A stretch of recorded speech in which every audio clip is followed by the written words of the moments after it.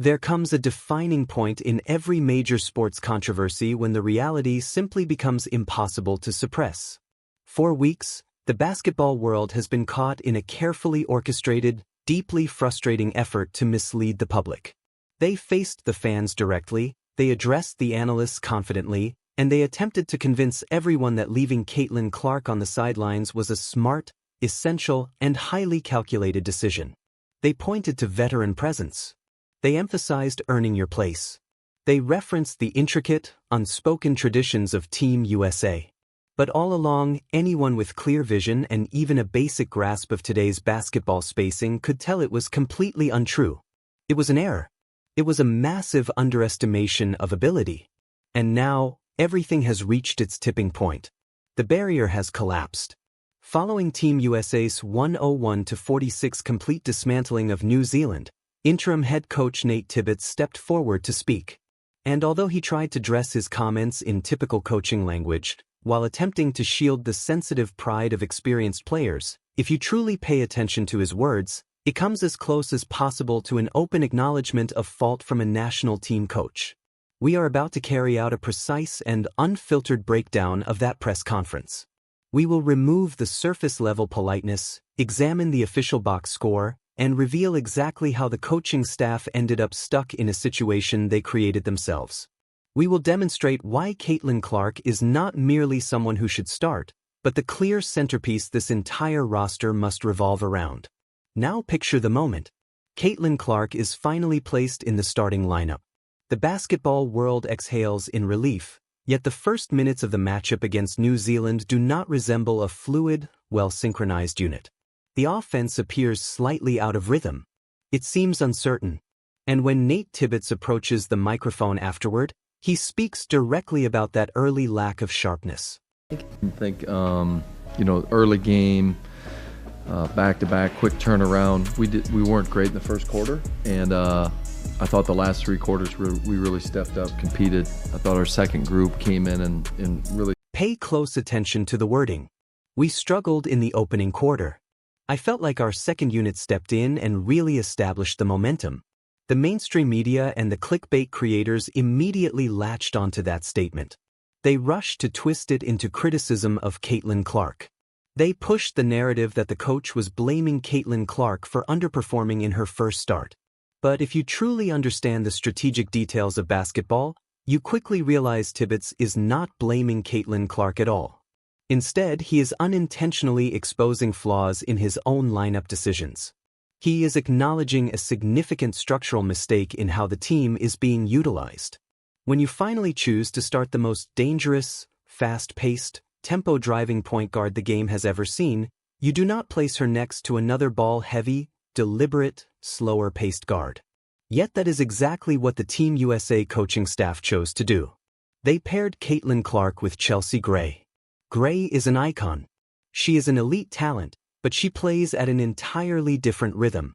She thrives in half-court sets, controlling the pace with patience and precision.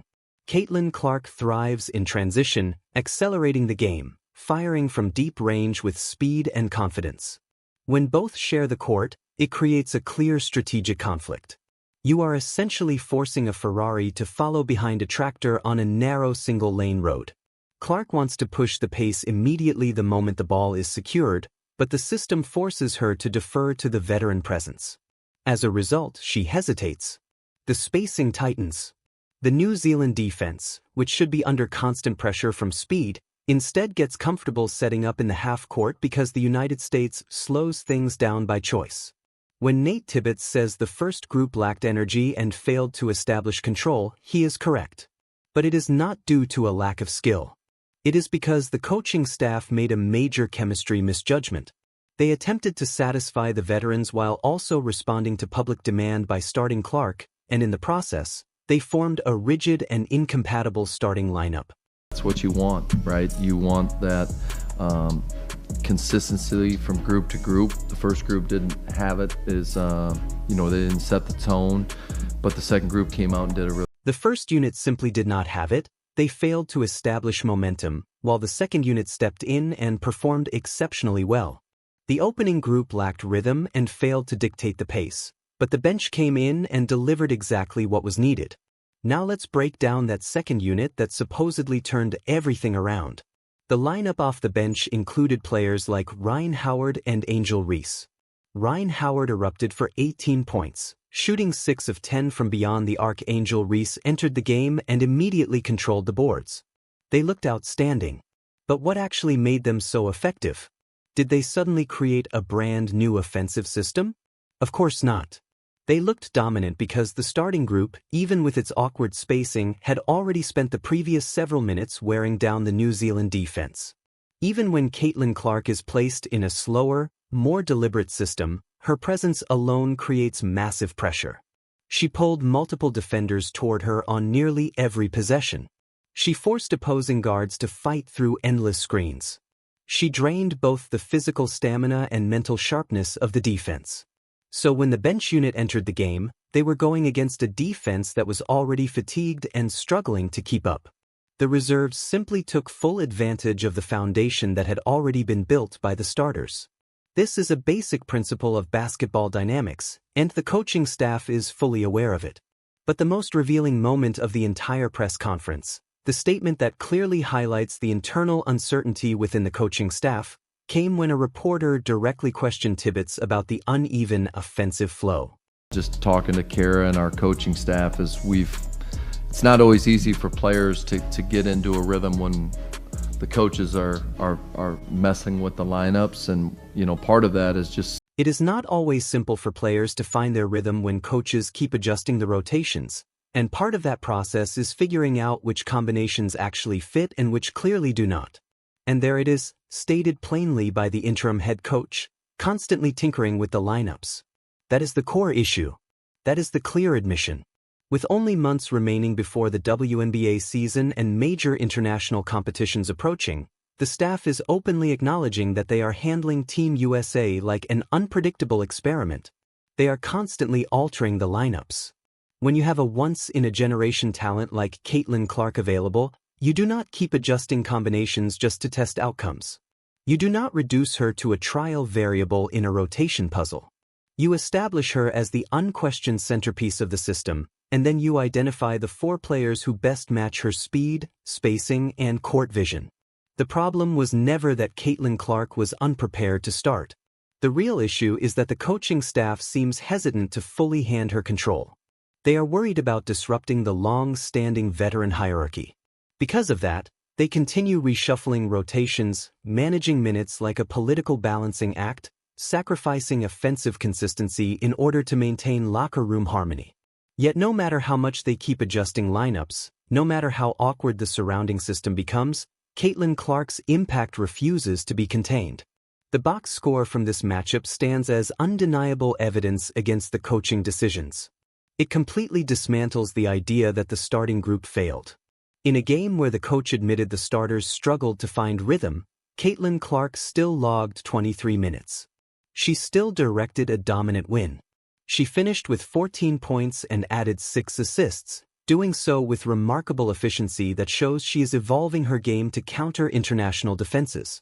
She went 4 for 4 on 2-point attempts, a flawless 100% inside the arc. When the New Zealand defense forced her away from the 3-point line, she remained composed. She avoided rush decisions and instead attacked the interior, using sharp footwork to score with mid-range shots and floaters. She is developing into a complete 3-level scorer. And if you want to measure her real influence on the game, regardless of how uneven the opening quarter appeared, the plus-minus tells the full story. She ended with an impressive plus 24, meaning Team USA outscored New Zealand by 24 points during her time on the floor. She created more positive impact than nearly anyone else on the roster, even while the coaching staff experimented with lineups that did not complement her style. The film confirms it, and the numbers reinforce it. This overwhelming level of production leads directly into the final and most frustrating element of this entire situation, the ongoing disrespect that stretches beyond the court and into the media space. Dominant performance. I mean, I don't really... I feel like, how come Caitlin Clark not at the podium yet? Like, she should have got player of the game or something. Even the first game that she went off in, she didn't get invited. The commentator in this clip is clearly frustrated, And honestly, the reaction makes complete sense. How is Caitlin Clark not at the podium yet? She easily could have been named player of the game. Something strange is happening behind the scenes. What he is highlighting is a consistent pattern of being overlooked. When Caitlin Clark comes off the bench and delivers an incredible double-double performance, she is not brought forward to speak. When she finally earns a starting role, puts up 14 points, shoots perfectly from inside the arc, and helps lead the team to a massive 55-point victory, she is still kept away while others address the media. This is not random. It appears to be a deliberate decision by media relations and the coaching staff to shape the narrative. They are trying hard to show that the team's success is not centered around Caitlin Clark alone. They want attention on roster depth, experienced players, and the impact of the bench unit. They will go out of their way to prevent the spotlight from focusing entirely on her. But the effort comes across as ineffective and even embarrassing. You cannot block out something that obvious. Caitlin Clark does not need to sit in front of reporters answering routine questions to prove her greatness. She does not need a media-voted award to confirm her impact. Her proof shows the moment she crosses midcourt and defenses instantly react with urgency. Her proof is seen in packed arenas, record-setting viewership numbers, and the visible pressure on opposing guards assigned to defend her. The coaching staff can continue adjusting rotations however they want. They can keep pairing her with players who do not match her tempo just to maintain balance among veterans. They can keep her away from post-game attention. But the reality is already clear, and Nate Tibbetts indirectly confirmed it. The ongoing experiments are not working.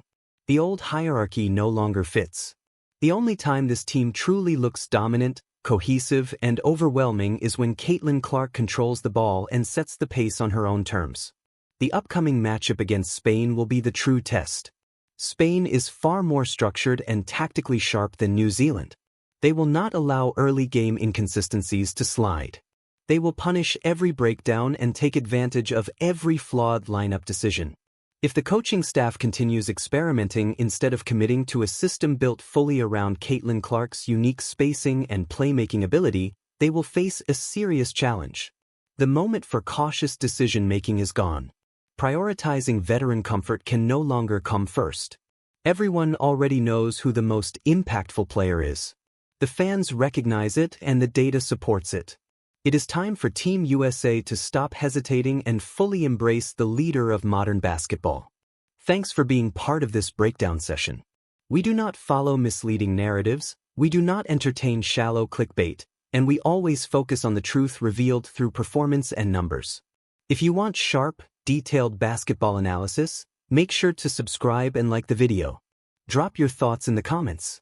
Will the coaching staff finally build a starting lineup with speed and shooters around Caitlin Clark against Spain, or will they continue limiting the offense by pairing her with slower, methodical veterans? I will catch you in the next breakdown.